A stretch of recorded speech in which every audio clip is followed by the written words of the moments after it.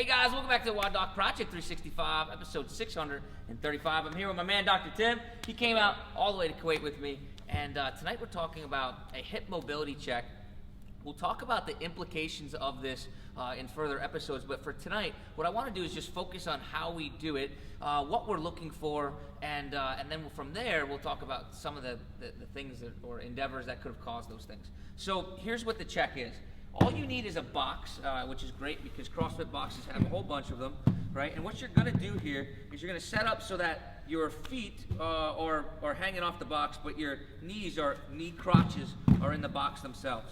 The idea is that we take one leg and we use one leg to push down, like I'm actually pushing my heel downwards, and the other leg is gonna come up. Now what I wanna do is I wanna keep this knee as in line as I possibly can, meaning I don't wanna pull it out over like this, but all I'm trying to do is pull my heel, all right, onto the box above, while my shoulder and everything else, the rest of my body stays relatively erect. Okay, so what we would see there is if we're looking from left to right, okay, again, I'm gonna step just to the outside, okay, and you could probably even notice when I do it, my right knee, my right hip is much easier to come up into that flex position, all right? I struggle just a little bit with this one, okay?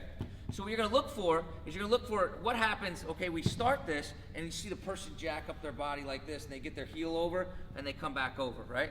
Or the person pulls that leg out to the side all the way, right? So I'm gonna show Dr. Tim here because he actually has a great one. He's a previous pitcher, right? Pitched for how many years?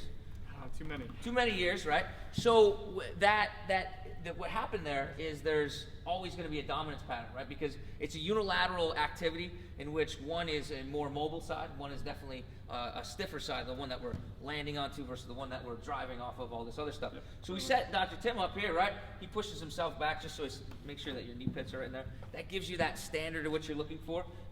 Which one was it? It was that one, right? So we'll start out with this foot here. What he's going to try to do is just bring that straight up. Tibia is going to stay vertical with the line of the box. He's going to try to get himself to the point where his heel can come up, go to just to the outside there, like just that. There he comes right there. Right? So that's where he's going to want to do it. Try one more time just to do it. And come on back up, drag that heel up, drive downwards that way, drive upwards that way. Okay? So we're looking at active hip flexion here, right? Put that back down. Let's see the other side. What you're going to see here on the left side is that to get all the way up, he has to turn out. He's not even doing that on purpose. If I put him back up here, right, he can get there, but he's super, super tight, right? So we can look at the ability for people to actively flex their hips, right? And this comes into play with so many things. Things like toes to the bar, things like rowing, things like rope climbs, unilateral things like step-up drills, all these type of things.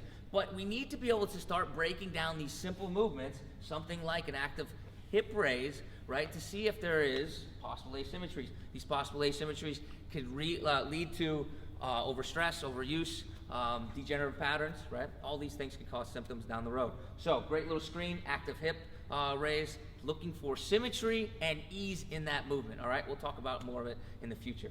Dr. Tim, thank you so much. Guys, until tomorrow, we are optimizing function to optimize function.